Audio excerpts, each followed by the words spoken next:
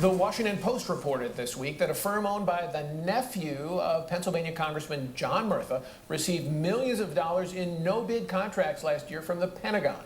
Robert Murtha of Murtha Incorporated denies using his uncle's influence to land the contracts, but it wouldn't be the first time that the veteran Democratic lawmaker who chairs the House Appropriations Defense Subcommittee has been tied to a potentially shady deal. The Wall Street Journal's John Fund and Colin Levy are here to fill us in on the rest. John, Murtha's a political powerhouse, very close to Speaker Pelosi, very important and influential on defense spending issues. Why is he under scrutiny now? Well, last November, there was an FBI raid of a lobbying firm called PMA.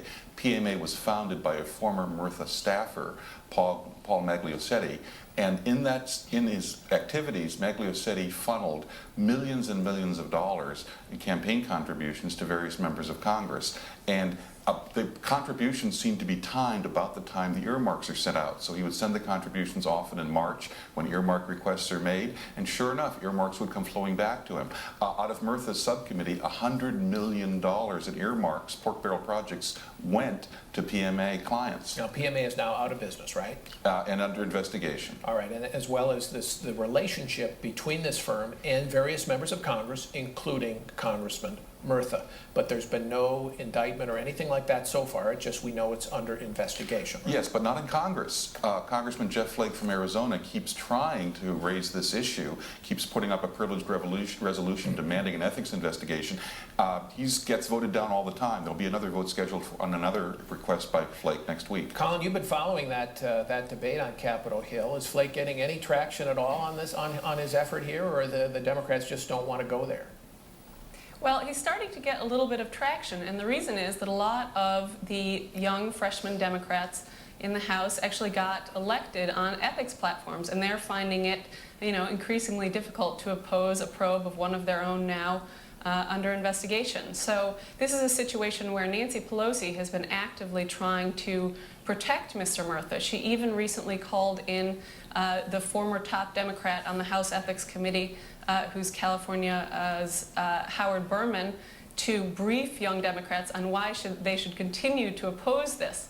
So this is somewhere where pressure's mounting. They're now also hearing from some of the good government groups like Public Citizen and Democracy 21 who are saying it's time to get serious and look into this. And those are groups on the liberal side of the spectrum. Dan, I want to ask you a question because I want to read a John Murtha quote.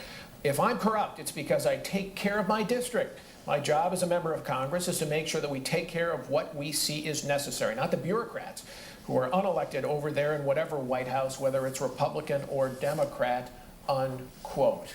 Does he have a point? Well, he makes a point, let's put it that way, and we should talk about that a little bit. Murtha argues, in fact, the people down there argue, Johnstown is in southwestern Pennsylvania. It's a former steel town. Yeah. And Johnstown was dying. The steel mills were dying. And the city fathers made kind of a command decision in the 1980s that they were going to ride John Murtha's seniority coattails back into business by getting these defense contracts, which would use the skills that the people in that area had. And that succeeded big time. They began to get defense contracts that would build things like Humvees and so forth. And so you've got factories that were formerly dead that are now, hiring and employing 500 people. Defense contracts. They're all defense contracts, and they kept flying. And their argument is, look, if we don't get it, Fairfax, Virginia, or someplace else is going to get it. You got a $3.5 trillion budget, and somebody's going to get that money. John, just democracy? Well, for friends and family, an enormous number of these people who got the contracts seem to have connections to Congressman Murtha. I don't think that's how democracy is supposed to work, and some of these projects are just blatantly pork barrel. Johnstown Airport, which by the way is named after Congressman Murtha. Well, that is not unusual. I mean, there's an interchange named after some Republican congressman I know. But Schuster. But the problem is it's got one of the longest runways in the world. It's got a military unit stationed there. They're all kinds of installations in that district that make no sense. Yeah, Colin, let me ask you this. This is listening to Congressman Murtha's quote. This is the same kind of defense I heard from Tom DeLay when he was the Republican majority leader to defend Republican earmarks. He said, "Look, we don't want those administration bureaucrats doing it. We want to do it." Is there a double standard here in the way that the press corps treats Republicans and Democrats and not giving the same kind of attention to the earmarks that Democrats are using? Yeah, I think there definitely is sort of a double standard, and this has to come back to Democrats and Republicans both promising to go clean. This week, actually, Mike Johans came out and said that he won't be asking for any earmarks this year, and those sorts of, Is he announcements. He's a Republican. And, yes. That's the sort of thing that will help this get more publicity. All right, but the issue for criminally in terms of any investigation would be can they prove a quid pro quo, an actual trading of favors for earmarks? That's the key issue.